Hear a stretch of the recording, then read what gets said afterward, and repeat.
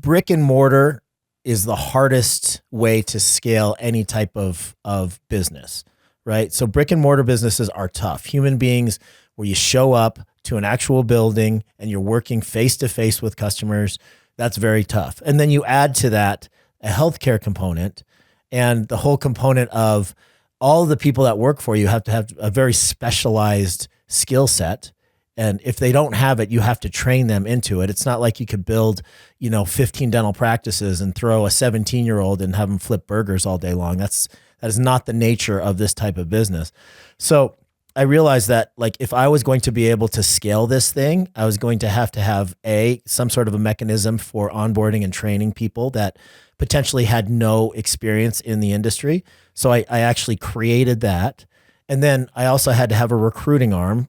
People had to come and want to work for me. I had to have the best compensation and the best kind of work environment and the best trained team in order to support them to be more productive so that they could bring home a higher level of income.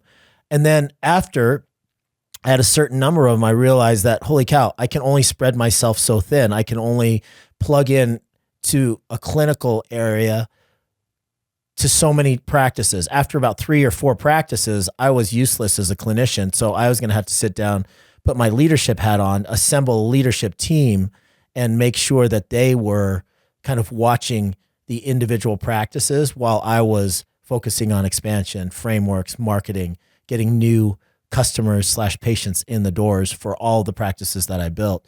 So making that switch and knowing when to make that switch from actual technician to entrepreneur to CEO to assembler of leadership team, those are all stages kind of scaling an entrepreneurial venture. And I'll say, like, now that I know how to do that for brick and mortar and for especially difficult brick and mortar, which is healthcare, I feel like I could do it in a lot of different areas.